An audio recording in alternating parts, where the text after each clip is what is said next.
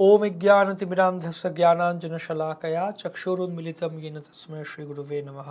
नमो विष्णुपादाय कृष्णप्रस्थाय भूतले श्रीमते भक्तिवेदांत स्वामिनिति नामिने।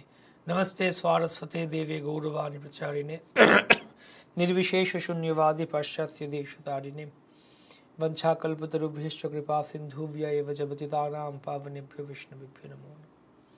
श्री कृष्ण चैतन्य प्रभु नित्यानंद श्री अद्वैत गदाधर शिवासदि गौर भक्त वृंद हरे कृष्णा कृष्ण कृष्ण हरे हरे हरे राम राम राम हरे हरे। हरे कृष्ण। भक्ति शास्त्री कोर्से सबाइके स्वागतम। आमादेर आजके एटा परवर्ती क्लास प्रथम अध्यायेर उपरे भक्ति शास्त्री। तो आमरा एर आगे प्रथम अध्यायेर श्लोक 27 पर्यन्त देखेছিলাম। আজকে 28 নম্বর শ্লোক থেকে দেখব। তো আপনারা সেই সাথে আপনাদের যে শ্লোক পরীক্ষার জন্য প্রস্তুতি নিন, শ্লোকগুলি মুখস্থ করা শুরু করুন, শ্লোক এবং অনুবাদ মুখস্থ করা শুরু করুন এবং আপনাদের গাইডের কাছে পরীক্ষক যিনি গাইড বা পরীক্ষক যে ভক্তের নাম দেয়া হয়েছে তাদের সাথে যোগাযোগ করে আপনারা শ্লোকগুলি পরীক্ষা দিয়ে দিন। আপনারা ভিডিও কলের মাধ্যমে পরীক্ষা দেবেন, কথা বলে গাইডের সাথে কথা বলে আপনারা পরীক্ষার টাইম ফিক্স করে নিন। 45টা শ্লোক আছে, যদি কেউ পারেন একসাথে সব শ্লোক ধুয়ে দিতে পারেন, না হলে আপনারা কমপক্ষে ন্যূনতম 3টি করে শ্লোক দেবেন প্রত্যেকটি পরীক্ষায়, ন্যূনতম 3টি। বেশি দিলে আপনারা কম পরীক্ষায় বা শর্টকাটে হয়ে যাবে, সব তাড়াতাড়ি হয়ে যাবে কম সময়ে। আর কমপক্ষে 3টি করে শ্লোক দিবেন আপনারা, শ্লোক এবং অনুবাদ আপনাদের গাইডের কাছে দেবে। তো একটা ভিডিও আমি শেয়ার করছি যেখানে ভক্তিশাস্ত্রীর এই শ্লোকগুলি 45টি শ্লোক উচ্চারণ সহ বলে দেয়া হয়েছে। সেই শ্লোকগুলি আপনারা মুখস্থ করুন, উচ্চারণগুলি দেখুন, আর তালিকা তো দেয়াই আছে হ্যান্ডবুকের মধ্যে, সেগুলি পরীক্ষা দিন। দ্বিতীয় ভাগ, শ্লোক 28 থেকে 46। যুদ্ধ না করার জন্য অর্জুনের 5টি যুক্তি। আমরা 27 পর্যন্ত দেখেছিলাম গীতার একটা ভূমিকা পটভূমি দেয়া হয়েছে, মহাভারতের যুদ্ধের পটভূমি। এখন 28 থেকে 46 পর্যন্ত অর্জুন যুদ্ধ করতে চাইছেন না, এই জন্য 5টি যুক্তি দেবেন। 5টি যুক্তি একে একে আমরা দেখাবো যুক্তিগুলি। তো শ্লোক 28 থেকে 30 পর্যন্ত তিনি প্রথম যুক্তি দিয়েছেন করুণা, যে আমার করুণা হচ্ছে। আমরা ব্যাখ্যা করবো এক একটা।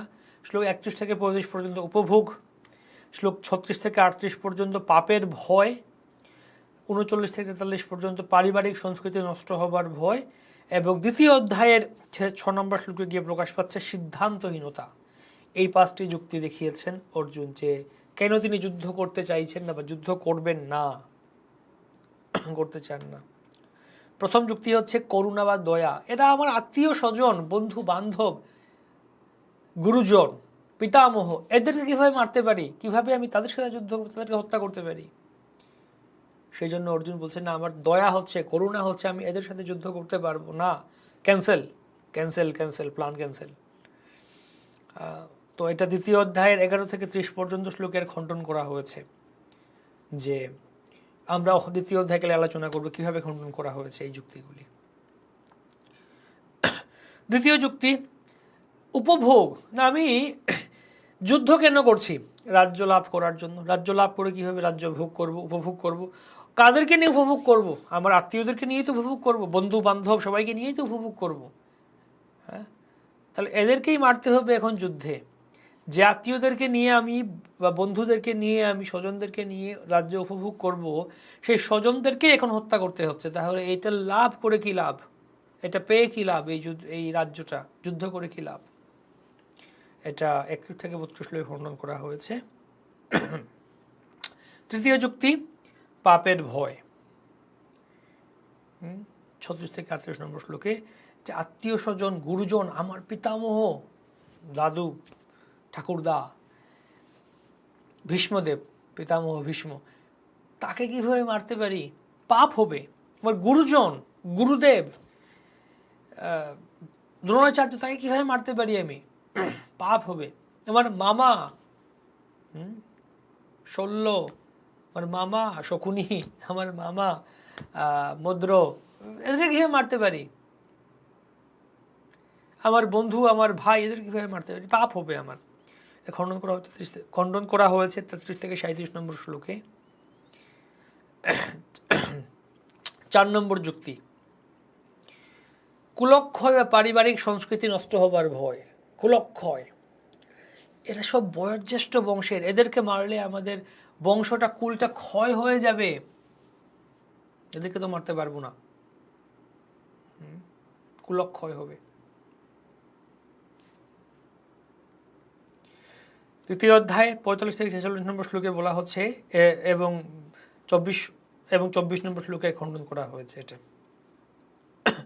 যে এদেরকে মারলে কুলক্ষয় হবে, কুলক্ষয় হলে সবাই বর্ণ সংকট বৃদ্ধি পাবে, বর্ণাশ্রম প্রথা লোপ পাবে, পিণ্ডদান আদি ক্রিয়া লোপ পাবে, এবং পিণ্ডদান না করা হলে পূর্বপুরুষেরা নরকে যাবেন, এরকম বর্ণ সংকট উৎপন্ন হবে, অবাঞ্ছিত সন্তান, এই পৃথিবীটা পাপে ছেয়ে যাবে, ধ্বংস হবে, কত কিছু হবে। তো এই হচ্ছে এই, এবং পরবর্তী অধ্যায়ে দেখবো আমরা সিদ্ধান্তহীনতা। তো প্রথমত অর্জুনের অবস্থা কি আমরা দেখতে পাই, 28 নম্বর শ্লোক থেকে শুরু হচ্ছে অর্জুনের অবস্থা। অর্জুনের কি সিচুয়েশন, কন্ডিশন কি ছিল অর্জুনের এই হঠাৎ 27 নম্বর শ্লোকের পর থেকে। কি 28 নম্বর শ্লোকে দেখতে পাই আমরা, অঙ্গ প্রত্যঙ্গ অবশ হয়ে যাচ্ছে, বাপরে অবশ হচ্ছে, কাজ করতে পারছি না, মুখ শুকিয়ে যাচ্ছে, শুষ্ক হয়ে উঠছে, শুকিয়ে গিয়েছে মুখটা শুকিয়ে গিয়েছে, জল খেতে হবে। তারপর সর্বশরীর কম্পিত, রোমাঞ্চিত হচ্ছে, কেঁপে, রোমাঞ্চ কম্পাশ্রু। তো রোমাঞ্চ কম্পাশ্রু কেন হয় আমরা দেখবো, তাৎপর্য প্রভুপাদ বলছেন, আমরা রোমাঞ্চ কম্পাশ্রু তরঙ্গ ভাজ বন্দে গুরু শ্রীচর নারাবিন্দম, সেই রোমাঞ্চ কম্পাশ্রু আধ্যাত্মিক পারমার্থিক রোমাঞ্চ কম্পাশ্রু। এখানে অর্জুনের রোমাঞ্চ এবং কম্পন, এটা কেন আধ্যাত্মিক না পারমার্থিক আমরা দেখবো, তাৎপর্য প্রভুপাদ বর্ণনা করছেন। ইন্টারেস্টিং। হাত থেকে গান্ডীব খসে পড়ছে, গান্ডীবটা খসে পড়ে যাচ্ছে, আমি ধরে রাখতে পারছি না, ত্বক জ্বলে যাচ্ছে, ত্বক চামড়া জ্বলে যাচ্ছে মনে হচ্ছে। 30 নম্বর শ্লোকে বলছেন, স্থির থাকতে পারছি না, আত্মবিস্মৃত হচ্ছে, নিজেকে ভুলে যাচ্ছি, আমি কে ভাই, কোত্থেকে আমি, কে কোত্থেকে এলাম, হঠাৎ করে সেই প্রশ্নগুলি, আত্মবিস্মৃত হয়ে যাচ্ছি। চিত্ত উদ্ভ্রান্ত হচ্ছে, মনটা, চিত্তটা চঞ্চল, উদ্ভ্রান্ত হচ্ছে, মানে কোনো দিক বিদিক জ্ঞান শূন্য হয়ে গিয়েছে, কোনো জ্ঞান, হিতাহিত জ্ঞান কোনো কিছু নেই চিত্তের মধ্যে, কেবল অমঙ্গল সূচক লক্ষণ সমূহ দর্শন করছি, সব চারিদিকে অমঙ্গল দেখতে পাচ্ছি আমি। এই সমস্ত ভাবে অর্জুনেরই ছিল অবস্থা। অর্জুন এই অবস্থায় উপনীত হয়েছিলেন, বুঝতে পারছিলেন না কি হচ্ছে তার সাথে। 28 থেকে 30 এই 3টি শ্লোকে, এই 3টি শ্লোকের তাৎপর্য প্রভুপাদ বলছেন যে করুণা বা সহানুভূতির কারণটা কি, বিভিন্ন দৃষ্টিভঙ্গি। কেন অর্জুন এই করুণা, হঠাৎ করে করুণা দেখাচ্ছেন কেন? জানতেন যুদ্ধ হবে এখানে, তার এই ভাইয়েরা, খুড়তুতো ভাইয়েরা, জ্যেঠাতো ভাইয়েরা তার সাথে যুদ্ধ করতে এসছে এবং এত অত্যাচার করেছে, অপমান করেছে, যুদ্ধ করতে হঠাৎ করে করুণা কেন এলো এখানে? প্রথমত হচ্ছে শুদ্ধ ভক্তের কোমল হৃদয়ের বৃত্তি, 28 নম্বর তাৎপর্য প্রভুপাদ বলছেন, यशास्ति भक्तिर्भगवत्य किंचना सर्वे गुणे तत्व समासते सुरा हराव भक्तस्य गुतो महद्गुणा मनोरथे नासति धावतो बहि। তাৎপর্য প্রভুপাদ এই শ্লোকটা কোট করেছেন যে ভক্তের, শুদ্ধ ভক্তের হৃদয়টা কোমল, করুণা পরায়ণ। এই শুদ্ধ ভক্ত যেহেতু ভক্তি করেন, সমস্ত দৈব গুণাবলী ভক্তের মধ্যে প্রকাশিত হয়, ভগবানের গুণাবলী, দৈব দেবতার গুণাবলী সব ভক্তের মধ্যে প্রকাশিত হয়। 5, 18, 12 নম্বর শ্লোক এটা, সেই শ্লোকটা তাৎপর্যে প্রভুপাদ কোট করছেন। ভক্তের মধ্যে সমস্ত সৎ গুণাবলী, দিব্য গুণাবলী থাকে, তার মধ্যে একটা হচ্ছে কোমলতা, কোমল হৃদয়। আর এটা হচ্ছে একটা দৃষ্টিভঙ্গি, অর্জুন কেন হঠাৎ করে করুণা করলেন, একটা দৃষ্টি কারণ।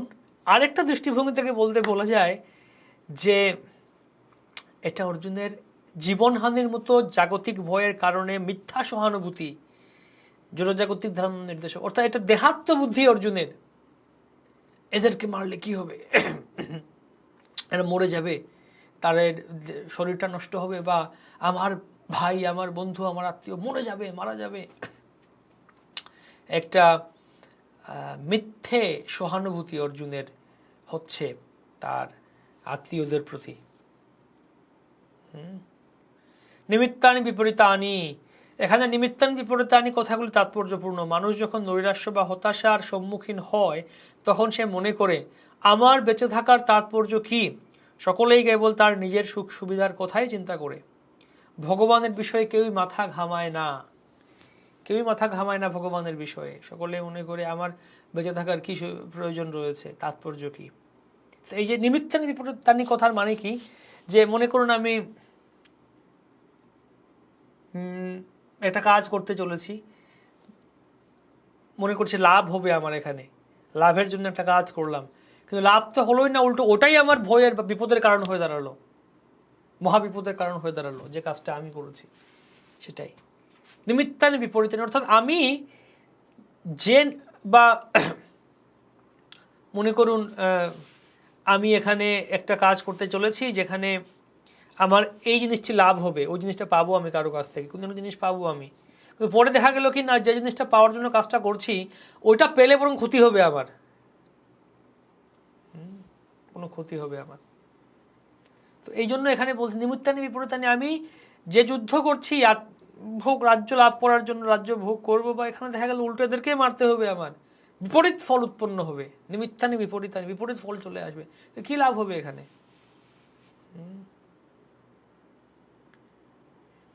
অর্জুন মনে করছিলেন স্বজন হত্যা এবং শত্রু নিধন করে যুদ্ধে জয়লাভ করে তিনি কোনো সুখ পাবেন না। কি সুখ পাবো আমি এদেরকে মেরে? তো আসলে অর্জুন কি এখানে সত্যি অজ্ঞ ছিলেন বা মূর্খ ছিলেন? না, তিনি কৃষ্ণের ইচ্ছাতেই তার প্রকৃত স্বার্থ বিষয়ে অজ্ঞতা প্রদর্শন করেছেন। কৃষ্ণ চেয়েছিলেন অর্জুন এরকম একটু বিভ্রান্ত হয়ে যাক, তাহলে কি হবে? কৃষ্ণ ভগবত গীতার বাণী প্রদান করবেন, নিয়ে আসবেন। সেজন্য কৃষ্ণের ইচ্ছাতেই অর্জুন সেরকম ভান করলেন। শ্লোক 32 থেকে 35 নম্বর শ্লোকের তাৎপর্যে প্রভুপাদ বলছেন, সাংসারিক মানুষ আর ভগবত ভক্তদের মধ্যে পার্থক্য কি? সাংসারিক মানুষেরা তারা স্বভাব হচ্ছে ভবিষ্যৎ সম্বন্ধে হিসাব নিকাশ করে জল্পনা কল্পনা, এটা হলে ওটা হবে, ওটা হলে ওটা হবে, এই হলে এই হবে, এত টাকা রাখলে এত টাকা পাবো আমি, বা এই করলে এই লাভ হবে, এর সাথেই সম্পর্ক করলে সে আমাকে ভবিষ্যতে সেরকম সুবিধা করবে, এর তো অনেক কন্ট্যাক্ট আছে, ইয়ে আছে, এর সাথে ভালো সম্পর্ক রাখি আমার অনেক লাভ হবে, অনেক ধরনের জল্পনা কল্পনা হিসেব নিকাশ করে লোকেরা চলে। সাংসারিক মানুষ প্রত্যেকে নিজের সৌভাগ্য ঐশ্বর্য এবং তার বন্ধু বান্ধব আত্মীয় স্বজনকে দেখাতে চায়, দেখো ভাই কি করেছি আমি, আমার ছেলে ভালো চাকরি পেয়েছে, আমার মেয়ের ভালো বিয়ে দিয়েছি, ভালো জামাই পেয়েছি, তারপরে আমার ভালো চাকরি হয়ে গিয়েছে, বা দেখো আমার বাড়ি এত বড় বাড়ি বানিয়ে, সব দেখাতে চায় লোকেরা। আর ভক্তরা ভগবানকে তৃপ্ত করাটাই হচ্ছে তাদের একমাত্র ব্রত। তাই ভগবান যখন চান তখন তিনি পৃথিবীর সব রকম ঐশ্বর্য গ্রহণ করতে কুণ্ঠিত হন না। আবার ভগবান যখন চান না তখন তিনি একটি কপর্দক গ্রহণ করেন না, একটি কপর্দক গ্রহণ করেন না। তাই ভগবান চাইলে সব গ্রহণ করতে পারেন তিনি। প্রভুপাদকে একবার ভক্তরা বলছে যে প্রভুপাদ অমুক জায়গায় একজন সাধু এসছেন, তো সাধুর অনেক ফলোয়ার হচ্ছে, কেন? কারণ হচ্ছে তার শিষ্যরা একটা বড় পোস্টার ছাপিয়েছেন এবং তার সম্বন্ধে প্রচার করছেন যে একদিকে সব ধন সম্পদ, টাকা পয়সা, সোনা গহনা সব একদিকে, অন্যদিকে তাকিয়েছেন। বলছি দেখো কত বড় বিরক্ত সাধু, তিনি তাকাচ্ছেন পর্যন্ত না, টাকা পয়সা অন্যদিকে একদম ক্রস, তাকাচ্ছেন না। প্রভুপাদ বললেন তোমরা আমার একটা পোস্টার বানাও এরকম, যে টাকা পয়সা সোনা গহনা সামনে রাখবে আর আমি এরকম ধরে বসে থাকবো। মানে কি না, কৃষ্ণের সেবার জন্য পুরো জগতের ধন সম্পদ প্রয়োজন হলেও আমি গ্রহণ করতে পারি। কৃষ্ণের সেবার জন্য, কৃষ্ণের সেবার জন্য জগতের ধন সম্পদ আমরা কৃষ্ণের সেবা লাগাতে পারি। এই হচ্ছে প্রকৃত জ্ঞান, প্রকৃত বৈরাগ্য।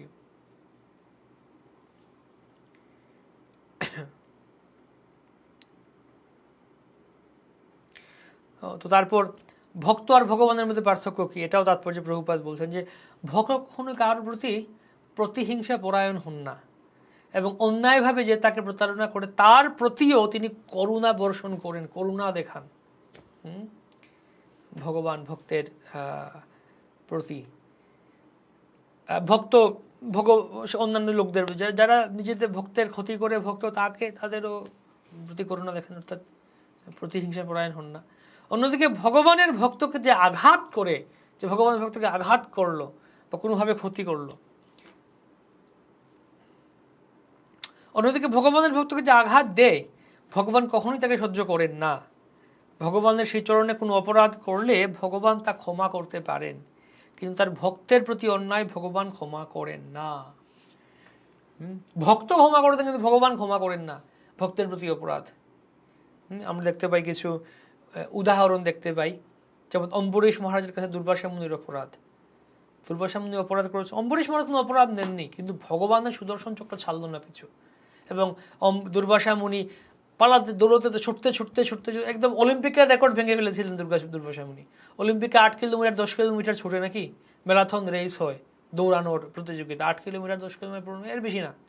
দুর্বাসা মুনি এই মর্তলোক থেকে শুরু করে একদম বৈকুণ্ঠে পৌঁছে গেছিলেন দৌড়াতে দৌড়াতে দৌড়াতে, অলিম্পিকের রেকর্ড ভেঙে ফেলেছিলেন। আর লম্বা সময় ধরে দৌড়েছিলেন, আর সব থেকে লম্বা পথ দৌড়েছিলেন।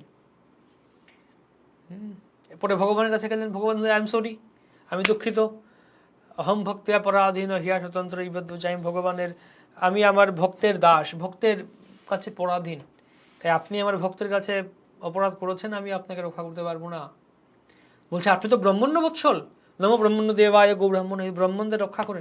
বলছে হ্যাঁ ঠিক আছে, আমি ব্রাহ্মণের বৎসল, কিন্তু তারও আগে আমি ভক্ত বৎসল। ব্রাহ্মণের বৎসলটা পরে, কিন্তু ভক্ত বৎসলটা আগে। যেহেতু আমি ভক্ত বৎসল আর আপনি আমার ভক্তকে অপমান করেছেন, তাকে আপনি ক্ষতি করার চেষ্টা করেছিলেন, সেজন্য আমি আপনাকে রক্ষা করতে পারবো না, তার কাছে গিয়ে আপনি ক্ষমা চান। নিত্যানন্দ প্রভুর কাছে মাধাইয়ের অপরাধ, নিত্যানন্দ প্রভু ক্ষমা করে দিয়েছিলেন ঠিক আছে, কিন্তু মহাপ্রভু ক্ষমা করতে চাননি, তিনি সুদর্শনকে ডেকে পাঠিয়েছেন। পরে মহাপ্রভু বললেন মাধাইকে যান নিত্যানন্দ প্রভুর কাছে ক্ষমা চান, নিত্যানন্দ প্রভু ক্ষমা করে দিলেন। অদ্বৈত আচার্যের কাছে সচিমাতার অপরাধ, অদ্বৈত আচার্য কোনো অপরাধ নেননি সচিমাতার, কিন্তু মহাপ্রভু পরে বললে সবার প্রেম মিলবে, সচিমাতার প্রেম মিলবে না, সচিমাতাকে প্রেম দেওয়া যাবে না, কেন ইনি অপরাধ করেছেন অদ্বৈতের কাছে। তখন অদ্বৈত আচার্যকে যখন বলা হলো যে অদ্বৈত আচার্য প্রভু আপনি সচিমাতাকে ক্ষমা করে দিন, ক্ষমা করে দেব মানে, বলছে মহাপ্রভু বলেছেন যে আপনি ক্ষমা না করলে উনি প্রেম পাবেন না। তোমরা বলছো কি আমাকে পাপের ভাগী করবে তোমরা, জগৎজননী সচিমাতা মহাপ্রভুর মাতা, তার আবার কি অপরাধ আমার প্রতি। তখন অদ্বৈত আচার্য সচিমাতার মাহাত্ম্য করতে, সচিমাতার গুণমহিমা কীর্তন করতে লাগলেন। তখন কি হলো, তখন প্রেমে তিনি গদগদ হয়ে মূর্ছিত হলেন। তখন মহাপ্রভু ইশারা করলেন, সচিমাতা গিয়ে অদ্বৈত আচার্য চরণতলী গ্রহণ করলেন। কিরকম মধুর লীলা। হরিদাস ঠাকুরের কাছে গোপাল চক্রবর্তীর অপরাধ, এটা একটা লীলা হয়তো সকলের জানা নেই, চৈতন্য চরিতামৃতে আছে। নরোত্তম দাস ঠাকুর না, রঘুনাথ দাস গোস্বামীর বাবা এবং জেঠা হিরণ্য গোবর্ধন মজুমদার, তো তাদের দরবারে হরিদাস ঠাকুর ওখানে গেছিলেন। সেখানে গোপাল চক্রবর্তী নামে একজন ব্রাহ্মণ ছিল। তো সেখানে সকলে বলছেন হরিদাস ঠাকুরকে নামের মহিমা বলতে। হরিদাস ঠাকুর নাম মাহাত্ম্য বর্ণনা করছেন শাস্ত্র থেকে বা সব জায়গা থেকে, নাম মাহাত্ম্য, যে হরিনামের ফলে কি হয়, এমনকি হরিনাম শুদ্ধ নাম কি নামাভাসের ফলে মুক্তি লাভ করা যায়, যে সব মুক্তির পেছনে সবাই ছুটছে, কিন্তু এই মুক্তি শুদ্ধ নামেরও দরকার নেই, নামাভাস হলেই মুক্তি হয়ে যায়। এটা শুনে গোপাল চক্রবর্তী একজন ব্রাহ্মণ ছিল, বলছে কি এত বড় কথা, মুনি ঋষি যোগীরা সবাই মুক্তির পেছনে ছুটছে আর আপনি বলছেন শুধু ওই নামাভাসেই হয়ে যায়, এটা আমি বিশ্বাস করি না, যদি সেরকম হয় আমার নাক কেটে ফেলবো। হ্যাঁ, তো এরকম নিন্দা করছে হরিদাস ঠাকুরের। তখন হিরণ্য গোবর্ধন মজুমদার বাকিটা সবাই লজ্জিত হলেন এই গোপাল চক্রবর্তীর এরকম কাজে। তারা ক্ষমা চাইলেন হরিদাস ঠাকুরের কাছে, বলে ক্ষমা করে দিন, আর একে তাড়িয়ে দিলেন, এখানে যাও তুমি এখান থেকে ভাগো। গোপাল চক্রবর্তীকে তাকে তাড়িয়ে দিলেন। তো হরিদাস ঠাকুর তো উনি কোনো অপরাধ নেননি, উনি চলে এসছেন। এই 2-3 দিনের মাথায় শোনা গেল গোপাল চক্রবর্তীর কুষ্ঠ হলো, কুষ্ঠ রোগে এবং ঠিক নাকটা খসে পড়লো, গলে খসে পড়লো। তো সেখানে বলা হচ্ছে যদ্যপি হরিদাস বিপ্রের দোষ না লইলা, তথাপি ঈশ্বর তারে ফল ভুঞ্জাইলা, ভক্ত স্বভাব অজ্ঞ দোষ ক্ষমা করে, কৃষ্ণ স্বভাব ভক্ত নিন্দা সহিতে না পারে। অন্তলীলায় আছে এই লীলা, এই পুরো অধ্যায়ে, তৃতীয় অধ্যায় 212 থেকে 213 পর্যন্ত। হরিদাস ঠাকুর ব্রাহ্মণের দোষ এনেননি, কিন্তু ঈশ্বর, তথাপি ঈশ্বর তারে ফল ভুঞ্জাইলা, ভগবান তাকে ফল দিলেন। ভক্তের স্বভাব হচ্ছে অজ্ঞের দোষ ক্ষমা করে, কিন্তু কৃষ্ণ স্বভাব ভক্ত নিন্দা সহিতে না পারে। তো এটা ভগবানের স্বভাব আর কৃষ্ণের স্বভাব, এই হচ্ছে পার্থক্য। ভক্ত ক্ষমা করে দেন দোষ, কিন্তু কৃষ্ণ ক্ষমা করেন না, ভক্ত নিন্দা সহ্য করতে পারেন না। তাই সাবধান, সাধু সাবধান। উপসংহার, এই সেকশনের উপসংহার হচ্ছে যে অর্জুনের ইচ্ছা ছিল কি যুদ্ধ করবেন না, আমি যুদ্ধ করব না ভাই। আর ক্ষমা করতে চেয়েছিলেন দুর্বৃত্তদের তিনি। কেন? কারণ দেহাত্ম বুদ্ধি সম্পন্ন ছিলেন অর্জুন, এটা একটা কারণ। হ্যাঁ, দেহাত্ম বুদ্ধির ফলে আত্মীয় স্বজনদের প্রতি সহানুভূতি। এখানে একটা ব্যাপার দেখুন, 28 নম্বর শ্লোকে তাৎপর্যে প্রভুপাদ তাৎপর্যে বলছেন অর্জুন হচ্ছেন শুদ্ধ ভক্ত। যশাস্তি ভক্তির ভগবত চেকেন, শুদ্ধ ভক্ত তিনি, ক্ষমা এই জন্য ক্ষমা করছেন। তিনি কোমল হৃদয় বৃত্তি ছিল তার, করুণা ছিল তার হৃদয়ে। 28 নম্বর শ্লোকের তাৎপর্যে বলছেন অর্জুন হচ্ছেন শুদ্ধ ভক্ত, কোমল হৃদয় বৃত্তি, যশাস্তি ভক্তির ভগবত কিঞ্চনা, কোমল হৃদয় বৃত্তি, করুণা আছে। আর 29 নম্বর শ্লোকে বলছেন গিয়ে অর্জুন দেহাত্ম বুদ্ধি সম্পন্ন, এই জন্য জড়জাগতিক ভয় অর্জুনের মনে এসছে। কোনটা ঠিক? দুটোই ঠিক, দুটো দৃষ্টিকোণ থেকে দুটোই ঠিক। একই আচার্য, একই প্রভুপাদ, দুটো তাৎপর্যে পরপর দুটো শ্লোকের তাৎপর্য আলাদা আলাদা বলছেন। হ্যাঁ, দুটো দৃষ্টিকোণ থেকে দুটোই ঠিক। অর্জুন শুদ্ধ ভক্ত, কিন্তু এখানে তিনি কৃষ্ণের ইচ্ছাতেই তিনি সেরকম অভিনয় করছেন, দেহাত্ম বুদ্ধি সম্পন্ন হওয়ার অভিনয় করছেন। তো সেজন্য আমাদের বোঝা উচিত যে আধ্যাত্মিক বা পরম সত্য বিভিন্ন দৃষ্টিকোণ থেকে দেখতে পাই আমরা, তো দুটোই ঠিক। তো একটা হচ্ছে দেহাত্ম বুদ্ধি, আর একটা হচ্ছে ভক্তোচিত গুণ, সকলের প্রতি করুণা, এটা ছিল। তো অর্জুনের ইচ্ছা ছিল এরকম যুদ্ধ করবেন না। কেন? কারণ দুটো কারণ, একটা হচ্ছে দেহাত্ম বুদ্ধি আর একটা হচ্ছে ভক্তচিত, শুদ্ধ ভক্তচিত গুণ। কিন্তু কৃষ্ণের ইচ্ছা কি ছিল? না, অর্জুনকে দিয়ে যুদ্ধ করিয়ে কৌরবদের ধ্বংস করতে চেয়েছিলেন, ধ্বংস করতে চেয়েছিলেন তিনি যুদ্ধ করিয়ে। কেন কেন কেন? কারণ তারা ভক্ত পাণ্ডবদের কাছে অপরাধ করেছিল। তো এই স্লাইডটা, এই পেজটা, এই সেকশনের পুরো উপসংহার বা সামারি, এই পেজটা থেকে বুঝতে পারবেন সেকশনে কি হচ্ছে। অর্জুনের ইচ্ছা ছিল এই, কৃষ্ণের ইচ্ছা ছিল এই।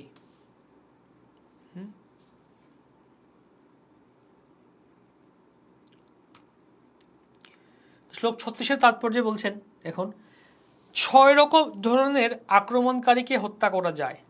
রাষ্ট্র সমাজ সম্পর্কিত অর্থশাস্ত্রের ভিত্তিতে এদের, এটা বলা হচ্ছে, এদের হত্যা করলে কোনো পাপ হয় না।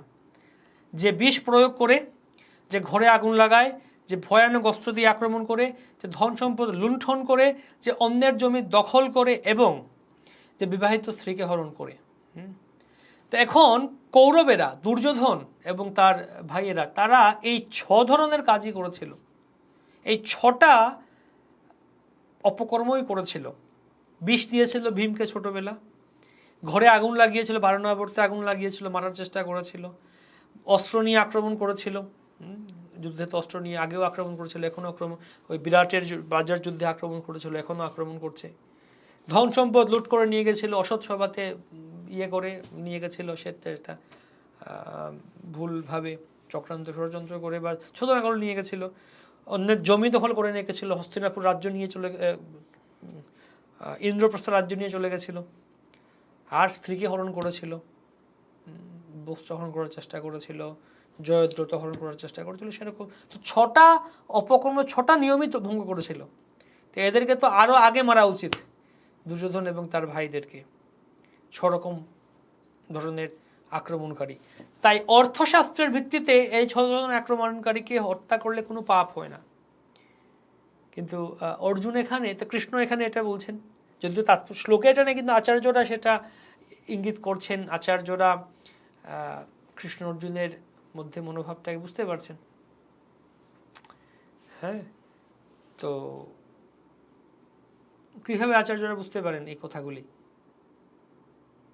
এখানে আমি বসে এই ভিডিও ক্লাসগুলো রেকর্ড করছি, ক্যামেরা আছে, ল্যাপটপ আছে, আপনারা শুনছেন।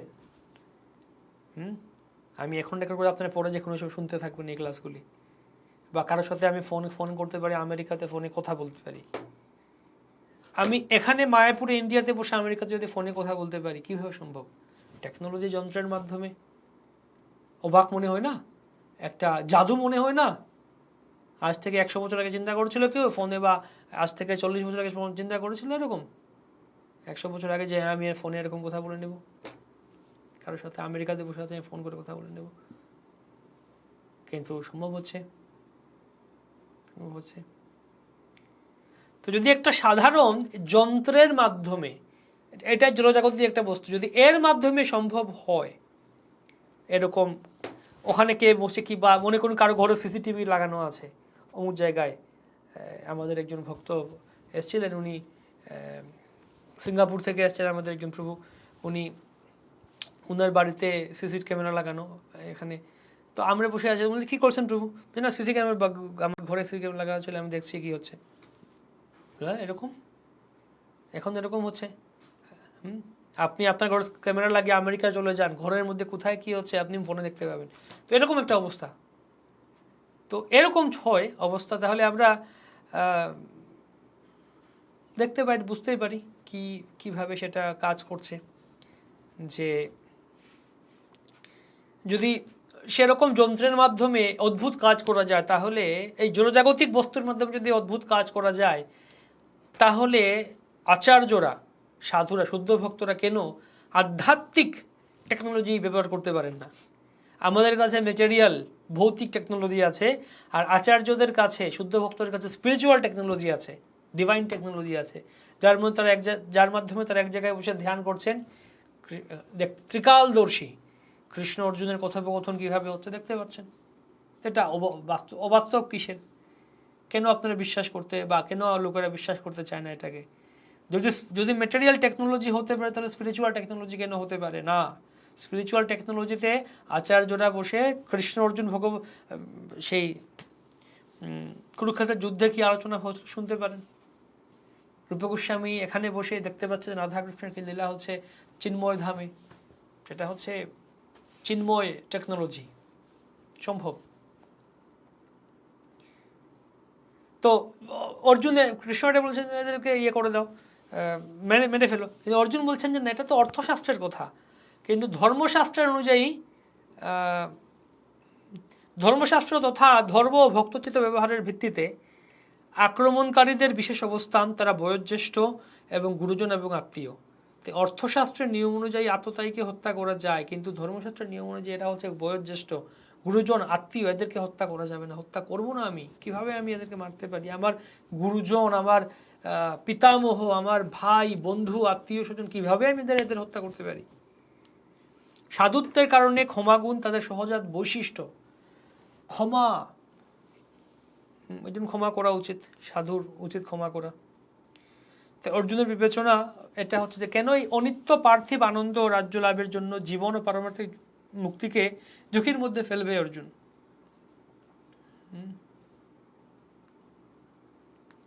কেন পারমার্থিক মুক্তিকে ঝুঁকির মুখে ফেলবে? এই অনিত্য, এই পার্থিব রাজ্যের জন্য এদেরকে ক্ষমা করে দিয়ে ব্যাস, এর জন্য অর্জুন ক্ষমা করতে চেয়েছেন।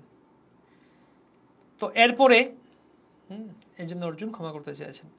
তো এরপর আমরা দেখব শ্লোক 39 থেকে শুরু করে যে যুদ্ধের ফলে 6 পর্যায়ে কুলের বিনাশ হয়। প্রথমটা কি 39 থেকে বলছেন কিভাবে এই যে পরবর্তী কারণ যেটা ছিল কুলের বিনাশ, কুলক্ষয় হবে, সেটা প্রথম 6টা পর্যায়ে কুলের বিনাশ হবে। প্রথম পর্যায়ে হচ্ছে বয়োজ্যেষ্ঠদের মৃত্যু 39 নম্বর শ্লোকে, যে যুদ্ধের হলে সমগ্র রাজবংশ বিধ্বংস হয়ে যাবে, পারিবারিক ঐতিহ্য রুদ্ধ হয়ে যাবে, অধর্মের উৎপাত বেড়ে যায়। এখানে সব পরিবারের বয়স্করা আছেন, আমরা বলি পরিবারের যারা বয়স্ক বা বয়োজ্যেষ্ঠ গুরুজনেরা আছেন, গার্ডিয়ানস, তাদেরকে মারলে কি হবে? পুরো বংশই ধ্বংস হবে, এবং ঐতিহ্যটা কে শেখাবে পরবর্তী প্রজন্মকে?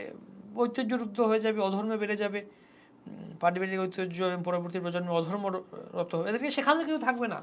তাই যারা বয়োজ্যেষ্ঠ গুরুজনেরা আছেন তারাই শেখান ধর্ম পরবর্তী প্রজন্মকে।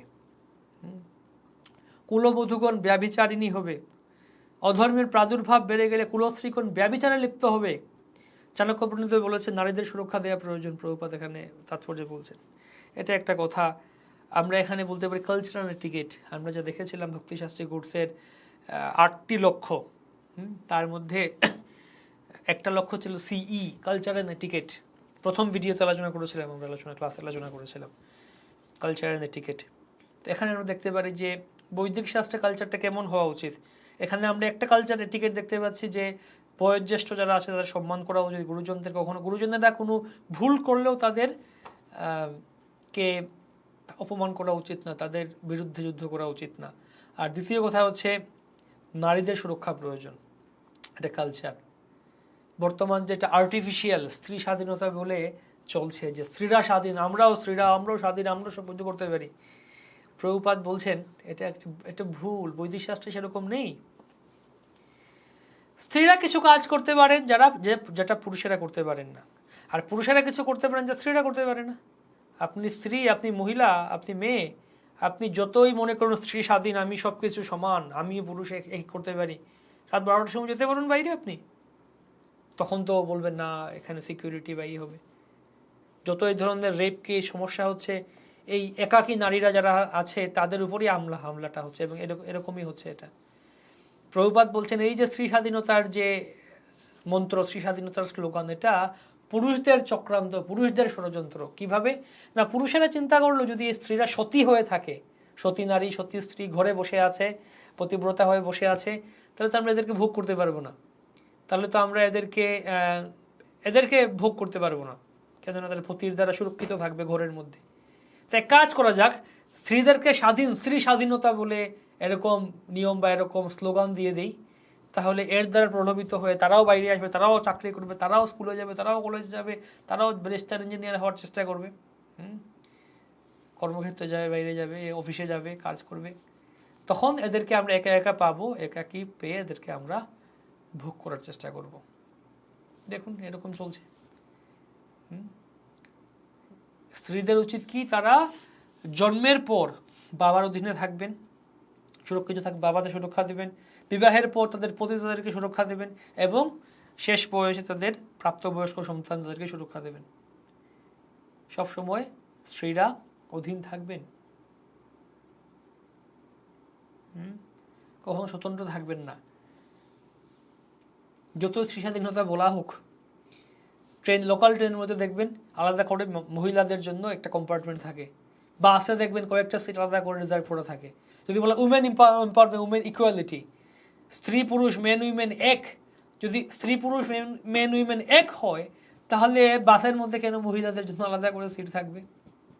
কিছুদিন আগে পত্রিকা এসেছিল এরকম, কোনো একজন সিকিউরিটি বা এরকম ক্ষেত্রে একজন মহিলা, উনি ফোন করেছেন কোনো একটা কোম্পানিতে, কোনো একটা কাজে, বলছে আমি একজন সিঙ্গেল মাদার, আমাকে একটু হেল্প করুন। ওনার প্রয়োজন ছিল যে আমি একাকী একজন মা, আমার সন্তান আছে, আমার হাজব্যান্ড নেই, তো আমাকে হেল্প করুন। তখন ওই কোম্পানি বলছে no, we believe in women empowerment, women equality, we believe in equality, যে স্ত্রী পুরুষ সবাই সমান, সেই জন্য আমরা সিঙ্গেল মাদার বলে আপনাকে আমরা এক্সট্রা কোনো সুবিধা দেবো না। আমি অবলা নারী, আমাকে হেল্প করুন। বলছে না, আপনারাই তো বলুন ইকুয়ালিটি, সমান, স্ত্রী পুরুষ সমান, সমানাধিকার। যদি সমানাধিকার হয় তাহলে স্ত্রীদেরকে কেন এক্সট্রা সুবিধা দেওয়া হবে? এই যদি অনেকে বলে স্ত্রী নির্যাতন আইন আছে, পুরুষ নির্যাতন আইন করা হোক, তো যাই হোক, কথা হচ্ছে স্ত্রী পুরুষ, আমরা বলছি না যে স্ত্রীদেরকে দাবিয়ে রাখতে হবে, পুরুষরা নির্যাতন করবে, সেটা হচ্ছে আরেকটা পাশবিক বা অমানবিক। স্ত্রী পুরুষ দুজনে একে অন্যের পরিপূরক হবেন, বিবাহের মাধ্যমে তারা গৃহস্থ আশ্রমে থাকবেন, স্ত্রী তার পতির অধীনে থাকবেন, পতি তাকে সুরক্ষা প্রদান করবেন, সেরকম নিয়ম। কিন্তু যদি কোনো পতি সুরক্ষা প্রদান করতে না পারেন, বা যদি সেই পতি দুরাচার, প্রথমত তারপরেও চেষ্টা করা হচ্ছে স্ত্রীর যতটুকু সম্ভব পতিকে পরিবর্তন করার চেষ্টা, প্রেম ভালোবাসা দিয়ে এবং তার সেবা করে অনুগত থেকে অবশ্যই চেঞ্জ করা যেতে পারে। যদি একান্ত সম্ভব না হয়, একদম পাশবিক পর্যায়ে হয়, তাহলে স্ত্রী তার পিতার কাছে থাকতে পারেন আবার। কিন্তু ডিভোর্স করে আবার নতুন করে বিবাহ করে এই কালচারটা দেওয়া হয়নি বৈদিক শাস্ত্রে।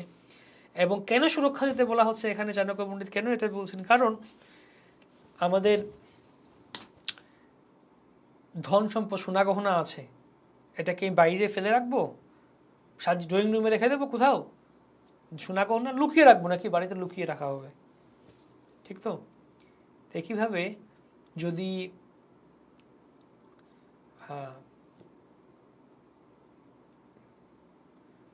একজন স্ত্রীকে জন্য এত গুরুত্ব দেওয়া হচ্ছে বৈদিক শাস্ত্রে, বৈদিক সংস্কৃতিতে, তাদেরকে মর্যাদা দেয়া হচ্ছে, সুরক্ষা দিতে বলা হচ্ছে। কারো বাড়িতে মেয়ে হলে, কারো ঘরে মেয়ে জন্ম হলে বলে তোমার কন্যারত্ন লাভ হলো, আর যেই কন্যা যখন বড় হয়ে স্বামীর বাড়িতে যাচ্ছে, শ্বশুর বাড়িতে, তখন শ্বশুর বাড়িতে বলছে আমাদের ঘরে গৃহলক্ষ্মী এলো। বাবার বাড়িতে রত্ন আর শ্বশুর বাড়িতে লক্ষ্মী, এরকম সম্মান দেওয়া হচ্ছে। মা মাতৃবৎ প্রদারেষু, অন্যের স্ত্রীকে বা অন্য যে কোনো স্ত্রীকে মা বলা হচ্ছে। অনেকে বলে মাতাজি, মাতাজি বলবেন না আমাদেরকে। পুরুষদেরকে বলা হচ্ছে প্রভু, যেটা হচ্ছে দাস্যরস, প্রভু ভিত্ত দাস্যরস। আর মাকে মাতাজিদের বলা হচ্ছে মাতাজি, মেয়েদের, স্ত্রীদের। তো মাতাজি হচ্ছে বাৎসল্য রস, দাস্যরস থেকে বাৎসল্য রস উপরেই আছে নাকি, বেশি সম্মান দেয়া হচ্ছে। তাই বেশি সম্মান হজম হচ্ছে না। না আমরাও চাকরি করব, আমরাও ব্যবসা করব। একজন স্ত্রী চিন্তা করতে হলে একজন পুরুষকে কত কিছু করতে হচ্ছে। একজন প্রতি হাজব্যান্ডকে সকালে উঠো, তার মনে করেন ভক্তই চিন্তা করতে হবে, সকালে উঠো বা তার জব টপ যতটুকু হলো অনেক সময় ছুটতে হচ্ছে অফিসে যাও, চাকরি করো, ব্যবসা করো, টাকা রোজগার করো, অফিসে কত ঝামেলা, কত সমস্যা, চাকরি টিকিয়ে রাখতে হবে, কম্পিটিশন আছে বসের সাথে, বসের ঝাড়ি খেতে হবে, বাজার করে নিয়ে এসো, দিনের মধ্যে 10 ঘন্টা 12 ঘন্টা অফিস করে টায়ার্ড হয়ে ঘরে ফিরে এসে আবার জব করো। মানে কখন জব করবে, কখন ভক্তি করবে, কখন গ্রন্থ পড়বে। অন্যদিকে সে স্ত্রী ঘরে সকালবেলা উঠো, ভগবানের সেবা করো, ভোগ রান্না করে ভগবানকে ভোগ দাও, সেই প্রসাদটা হাজব্যান্ড, চিলড্রেন সবাইকে দাও, স্বামী এবং সন্তানদের দাও। তারপরে ওরা বেরিয়ে যাচ্ছে, ভগবানেরই ঘর এটা, ভগবানের মন্দিরের মতো ঘরদ্বার পরিষ্কার রাখো, দুপুরবেলা ভগবানের জন্য রান্না করো, ভগবানের ড্রেস বানাও, ভগবানের জন্য ড্রেসিং করা দিতে পারে, হরি নাম জপ করো বেশি করে, ভাগবতম পড়ো বেশি করে, তারপরে আবার পরে স্বামী সন্তান আসছে তাদেরকে আবার প্রসাদ দাও। তো পুরো সময়টা দেখা গেলে একজন স্ত্রী ঘরে ভগবানের সেবাতেই থাকতে পারছেন তিনি। তাকে টেনশন নিতে হচ্ছে না কীভাবে টাকা রোজগার করে আনবো, কীভাবে সংসার চালাবো, কত টেনশন, কত ঝামেলা, সুরক্ষা প্রদান করব।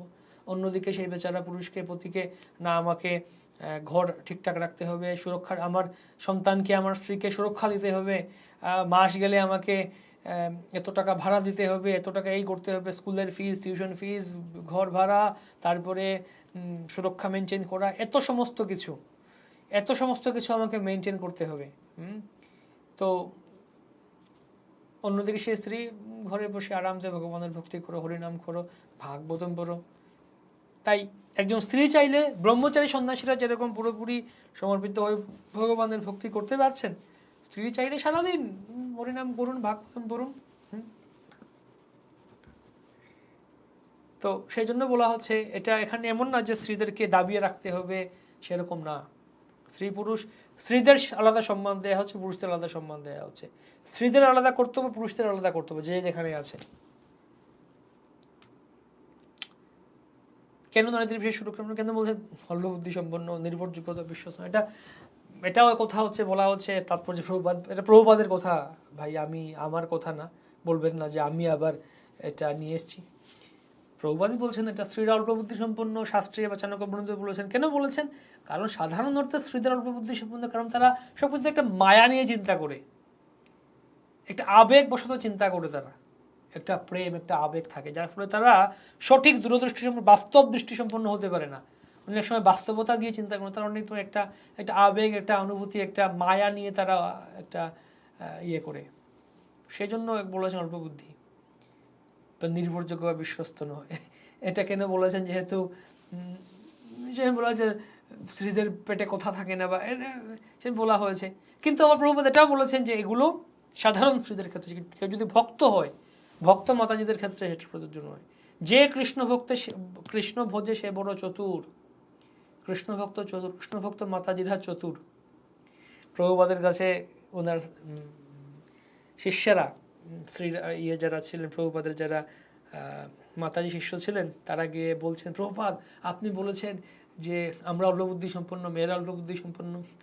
প্রভুপাদ বলেছেন, হ্যাঁ আমি বলেছি মেয়েরা অল্পবুদ্ধি সম্পন্ন, তবে আমি এও বলেছি আমরা দেহ নই, আমরা আত্মা, চিন্ময় আত্মা।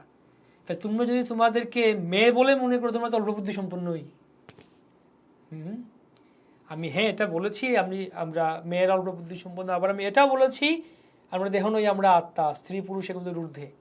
তাই তোমরা এটাকে না মনে করে এটাকেই ধরে আসো যে স্ত্রী অল্প বুদ্ধি সম্পন্ন, তার মানে তোমরা অল্প বুদ্ধি সম্পন্নই, তোমরা নিজেদেরকে আত্মা দেহ বলে মনে করছো।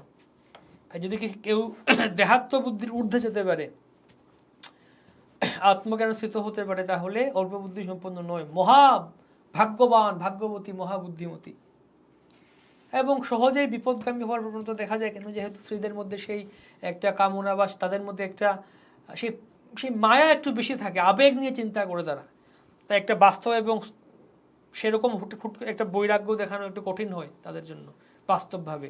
আমরা দেখতে পাই ভক্তি করতে গেলে বা প্রচার করতে গেলে মাতাজিরাই বেশি আগে আগে আসেন ভক্তিতে। ভালো, একটা কোমল স্বভাব রয়েছে স্ত্রীদের, কোমল স্বভাব, তাড়াতাড়ি ভক্তিতে আসেন। পুরুষদেরকে ভক্তি দেওয়া অনেক কঠিন, কিন্তু তারা ভক্তিতে আসেন একটা ওই লেভেলে থাকেন, একটা মায়া নিয়ে চিন্তা করুন সবসময়, আবেগ নিয়ে। কিন্তু একজন পুরুষ যদি ভক্তিতে আসে, যদিও কঠিন, একবার যদি আসেন তিনি একটা স্থির পাক্কা সিদ্ধান্ত নিতে পারেন, বাস্তব দৃষ্টি সম্পন্ন হয়। সেই জন্য বলা হচ্ছে। কিন্তু প্রকৃতপক্ষে যদি কেউ ভক্তি করেন সকলেই উন্নত। অবশ্যই একজন ব্রাহ্মণ এবং ব্রাহ্মণ পত্নীর মধ্যে ব্রাহ্মণ পতি উন্নত, কিন্তু ব্রাহ্মণ পত্নী একজন ক্ষত্রিয় পুরুষ থেকে উন্নত। আবার ক্ষত্রিয় পুরুষ ক্ষত্রিয় স্ত্রী থেকে উন্নত, আবার ক্ষত্রিয় স্ত্রী একজন বৈশ্য পুরুষ থেকে উন্নত, বৈশ্য পুরুষ একজন বৈশ্য স্ত্রী থেকে উন্নত, আবার বৈশ্য স্ত্রী একজন শূদ্র পুরুষ থেকে উন্নত। তাই এখানে উন্নত আছে। আবার দেখতে পাই আজকাল স্ত্রীরা তো রকেট চালাতে পারে, তারা সায়েন্টিস্ট হচ্ছে, বিজ্ঞানী হচ্ছে, তারা ডাক্তার, ইঞ্জিনিয়ার সব হচ্ছে, ইঞ্জিনিয়ার সব কিছু করছে তারা। তাহলে কিভাবে বলছেন স্ত্রীদেরকে অল্প বুদ্ধি? না, সে দৃষ্টিকোণ তারা অল্প বুদ্ধি সম্পন্ন না, মহাবুদ্ধিমান। কিন্তু ওই বুদ্ধিটা হচ্ছে শূদ্র বুদ্ধি, এই জগতের শূদ্র বুদ্ধি, যন্ত্রপাতি বানাবো, ডাক্তার ইঞ্জিনিয়ার হবো, ভৌতিক বুদ্ধি থাকতে পারে এদের অনেক।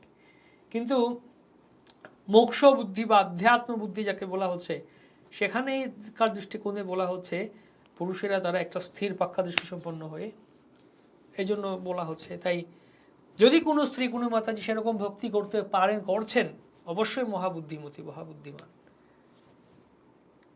তাদেরকে আমরা সেরকম সম্মান করি, সব মায়েদেরকে।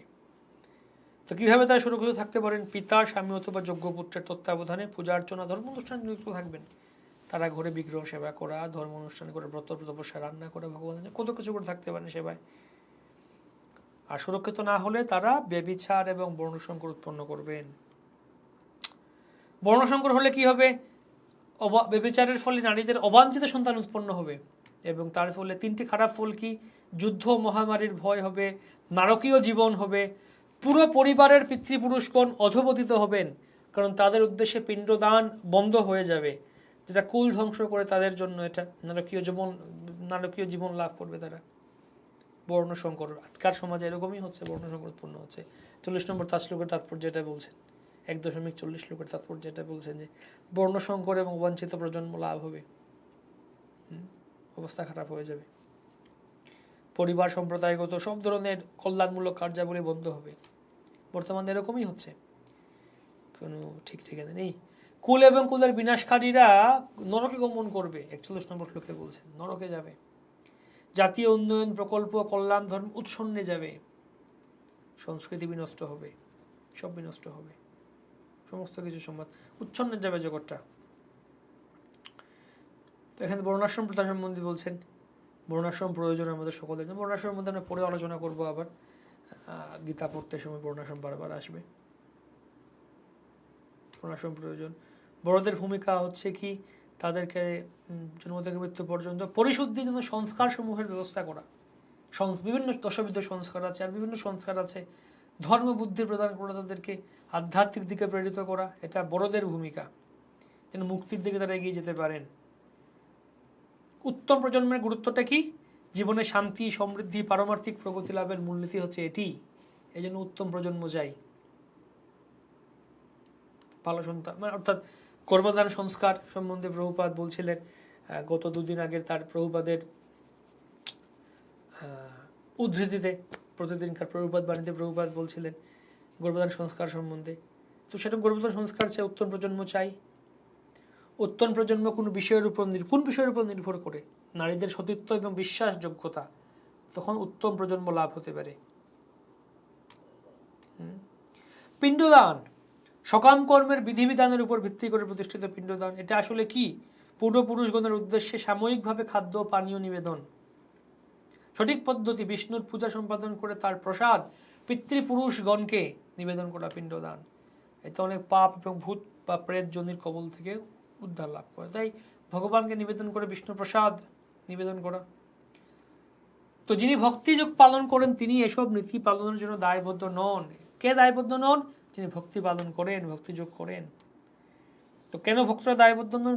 কারণ তারা ভগবানের সেবা করে শত সহস্র পূর্বপুরুষকেও মুক্ত করেন।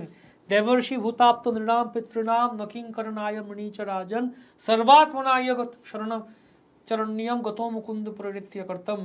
এটা একাদশ স্কন্ধের 5 অধ্যায় 41 নম্বর শ্লোক। যারা ভগবানের সর্বতভাবে শরণ গ্রহণ করেন তাদের সমস্ত ঋণ থেকে মুক্ত হয়ে যান। দেবতাদের প্রতি ঋণ, ঋষিদের প্রতি ঋণ, পিতৃপুরুষদের ঋণ, বংশের প্রতি ঋণ, সমাজের প্রতি ঋণ, সমস্ত ঋণ থেকে মুক্ত হয়ে যান। আর যদি পুরোপুরি ভক্তি না করি এই সমস্ত ঋণ আমাদের পরিশোধ করতে হবে।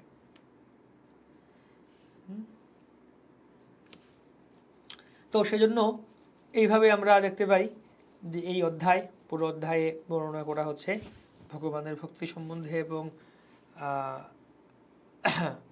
আমরা কৃষ্ণ ভক্তির করে। তাই এই অধ্যায়ে মুখ্য যে বিষয়টা আমরা আগেও বলেছিলাম সেটি হচ্ছে ভগবানের দয়া, ভগবানের ভক্ত বাৎসল্য। ভগবান তার ভক্তের জন্য রথের সারথি হতেও প্রস্তুত। আর ভগবানের সুরক্ষা, ভগবান সুরক্ষা দেবেন ভক্তকে, ভক্তের জয় নিশ্চিত। তো এখানেই এই যুক্তিগুলি প্রদান করলেন অর্জুন। পরবর্তী অধ্যায়, তৃতীয় অধ্যায়েও বলবেন যে আমি সিদ্ধান্তহীন হয়ে আছি, সমর্পিত হবেন ভগবানের কাছে এবং তখন ভগবান তার এই সমস্ত যুক্তিগুলি খণ্ডন করবে। তো এইভাবে আমরা এই অধ্যায়টা শেষ করলাম, প্রথম অধ্যায়।